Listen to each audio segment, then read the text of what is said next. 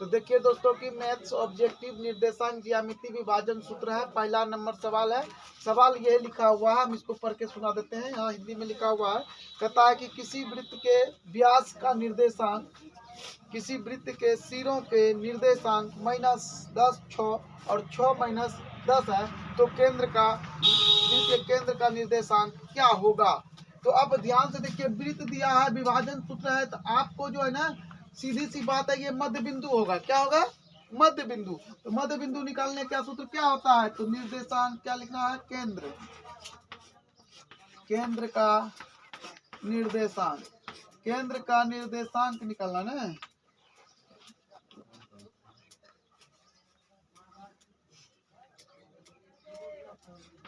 केंद्र का निर्देशांक बराबर होगा आपको जो है ना x1 प्लस x2/2। आइए तो आपका हो जाएगा कि नीचे में ले लेते हैं, यहाँ पर नहीं हट रहा है। तो आपका क्या हो जाएगा? x1 प्लस x2/2 और y1 प्लस y2/2 इस तरह से निकलेगा। तो x1 आपका क्या है? -10 प्लस 6 और इसका क्या हो जाएगा? आपको कोमा दे दीजिए और 6 -10। क्यों -10 हुआ? प्लस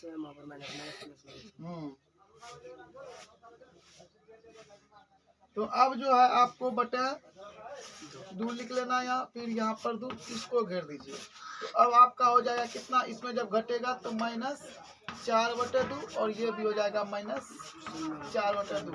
कटाइए इसको, आपका हो जाएगा -2, फिर इसको कटाइए -2। तो आपका निर्देशांक हो गया -2।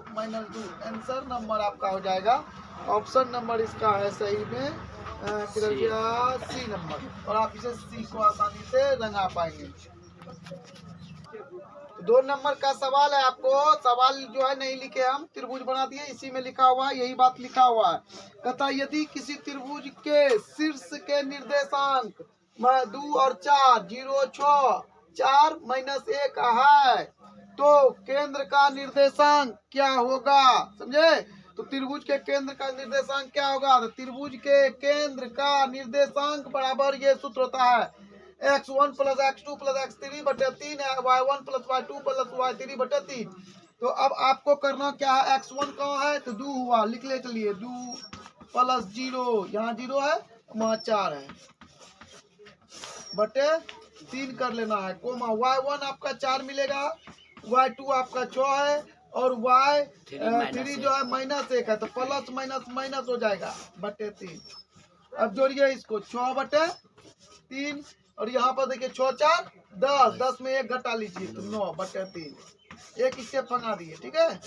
3 दूना 6, आपका आंसर हो गया 2 और 3। ऑप्शन नंबर आपको मिलाना है, ऑप्शन नंबर हो गया ए, और आप इसे आसानी से रंगा पाएंगे सर जी।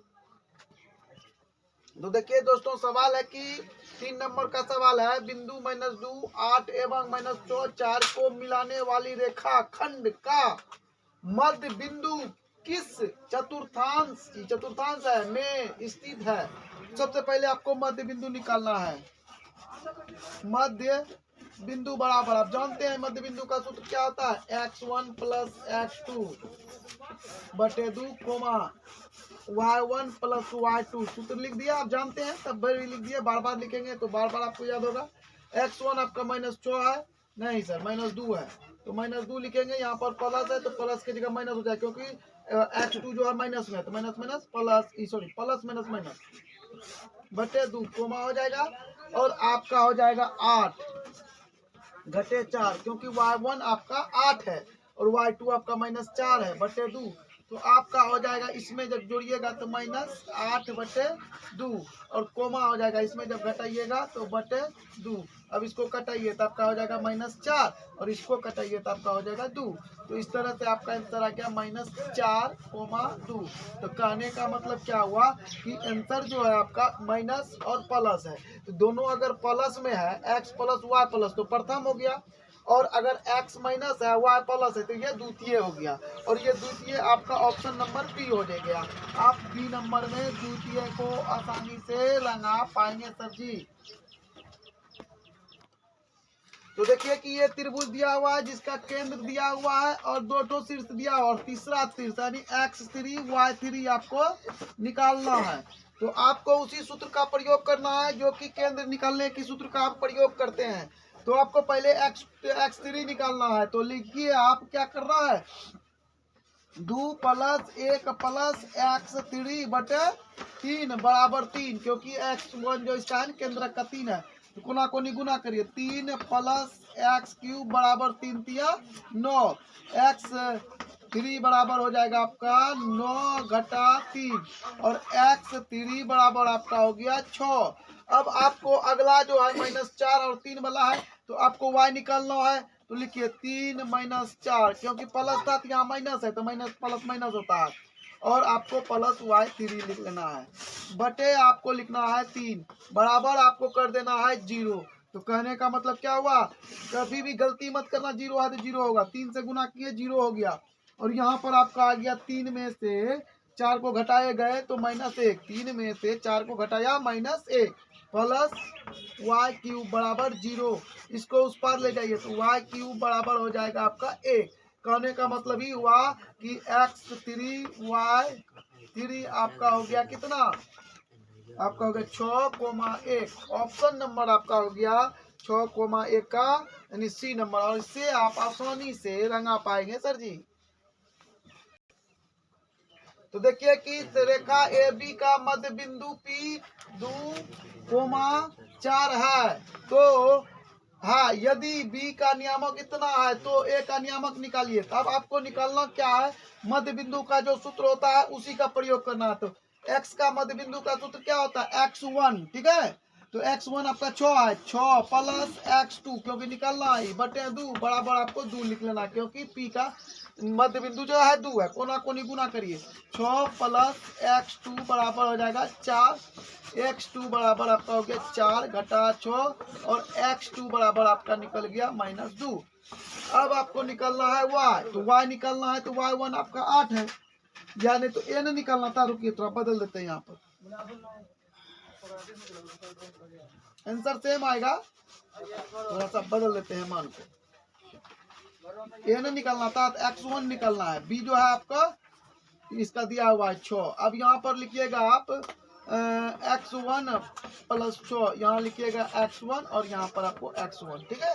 अब यहाँ पर आपको लिखना है y1 प्लस y1 आपको पता नहीं 8 दिया हुआ है, y2 बटे 2 बराबर 4, गुना करिए y1 प्लस 8 बराबर 4 गुना 8, y1 बराबर आपका हो गया 8 घटा 8, y1 बराबर आपका 0। तो कहने का मतलब इसका नियामक जो है a का नियामक वो आपको -2, 0।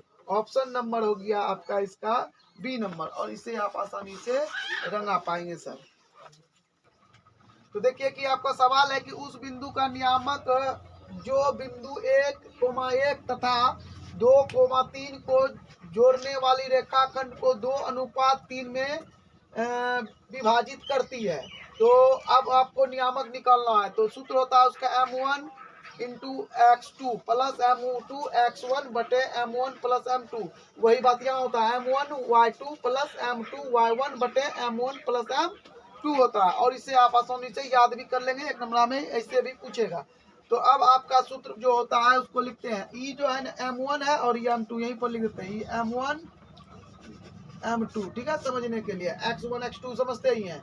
तो अब देखिए कि m1 आपका 2 है तो 2 लिखेंगे, और गुना x2 आपका 2 है तो 2 लिखेंगे, प्लस किए m2 जो है आपका वो 3 है, 3 कर लिए, x1 आपका 1 है बटे 2 प्लस 3 कर लेंगे, कोमा किए, फिर m1 आपका 2 है और y2 जो है आपका 3 है तो 3 से गुना करिए, फिर प्लस m2 आपका कितना है जी 3 है, और गुना आपका हो जाएगा 1 से, बटे हो जाएगा आपको 2 प्लस 3। इस तरह से आप उतारिए। तो अब देखिए 2 दूना 4 लिखेंगे, प्लस 3 गुना 1 3 बटे 5। अब इसको गुना करिए, 3 गुना 6 प्लस 3 3 2 5। अब आपका आंसर आ गया 5 4 3 7 बटे 5 कोमा 6 3 9 बटे 5। ठीक है, ऑप्शन नंबर आपका हो जाएगा इसका, ऑप्शन नंबर हो गया, आपको देखना पड़ेगा ए नंबर 119 इधर है, रह गया।